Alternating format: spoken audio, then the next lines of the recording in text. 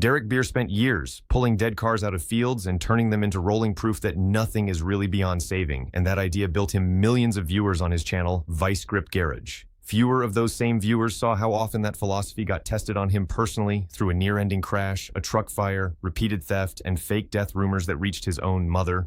Here is what actually happened, confirmed by Derek himself, starting on a dirt bike trail in early 2023. February of 2023 started like any other day on Derek's land, riding a familiar trail, which is exactly what made the accident so unexpected. He hit a muddy patch, gave it too much throttle, and the front forks failed without warning, sending him over the handlebars. Several ribs broke on impact, his fingers dislocated, and even breathing came with a sharp reminder that something was badly wrong. Twisting, lifting, walking, none of it came easy. A brutal place to land for a man who works on cars for a living. The timing could not have been worse, since Sick Week, a 1,000-mile drag and drive event across southeastern racetracks, sat only days off. Derek had planned to race his 1971 Chevelle, but it still needed engine and transmission work, and pulling a big block with broken ribs was not possible. So he switched to his already race-ready 1970 Dodge Challenger RT, the vanishing paint car. He showed up anyway, pain and all, and posted his best time ever in that Challenger.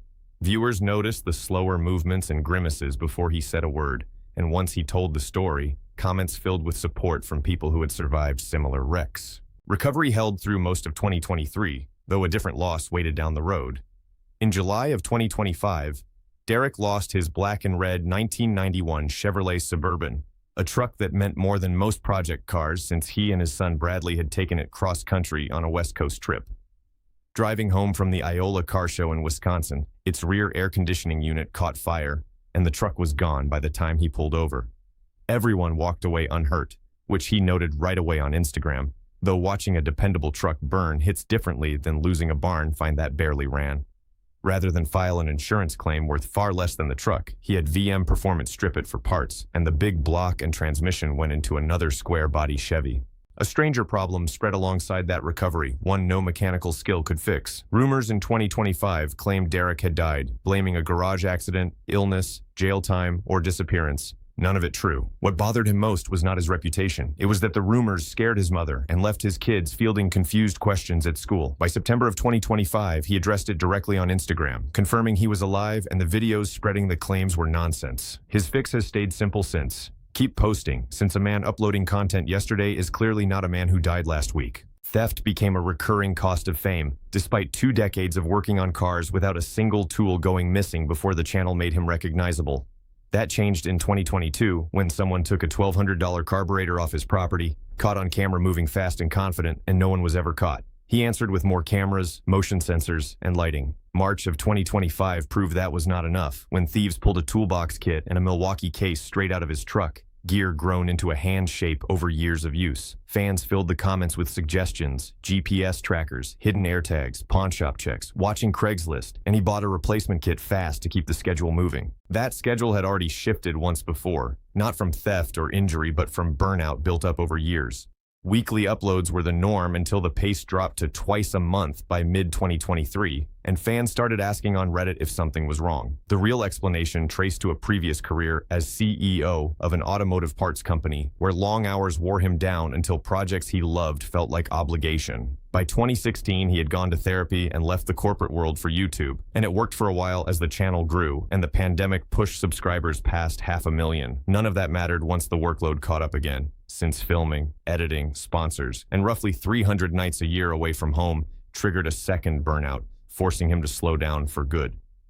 2 years before that, Derek had left Minnesota for Tennessee, buying 22 acres in Cornersville in 2021 for $825,000 and naming it Vice Grip Lodge.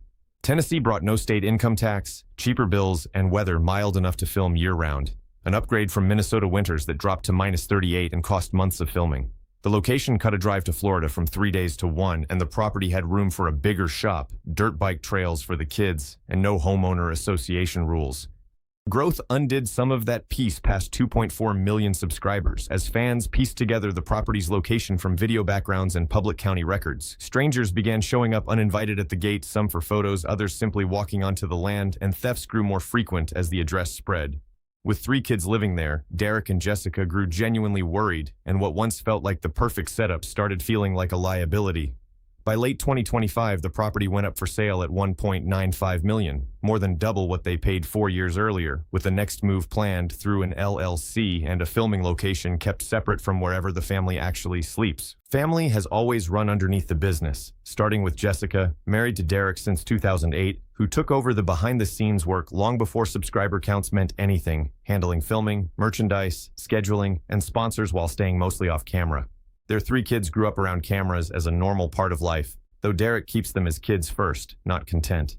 His son Bentley, who witnessed the dirt bike accident, launched his own channel, Little Grip Garage, focused on lawnmowers, go-karts, and small engine repairs, now past 130,000 subscribers, with Derek offering advice but no creative control. The numbers tell part of the story too. Vice Grip Garage pulls in an estimated $1 to $2 million a year from YouTube ads, helped by more than 830 million total views. Brand deals with companies like O'Reilly Auto Parts and paid event appearances add more, while Vice Grip Lodge merchandise became its own business, highlighted by 10,000 Pray For Me differential covers that sold out in 2024 and brought in roughly $1 million across the year. Real estate added to the total too, with the Tennessee property nearly doubling in value over 4 years and pushing his estimated net worth between $3.5 and $7 million.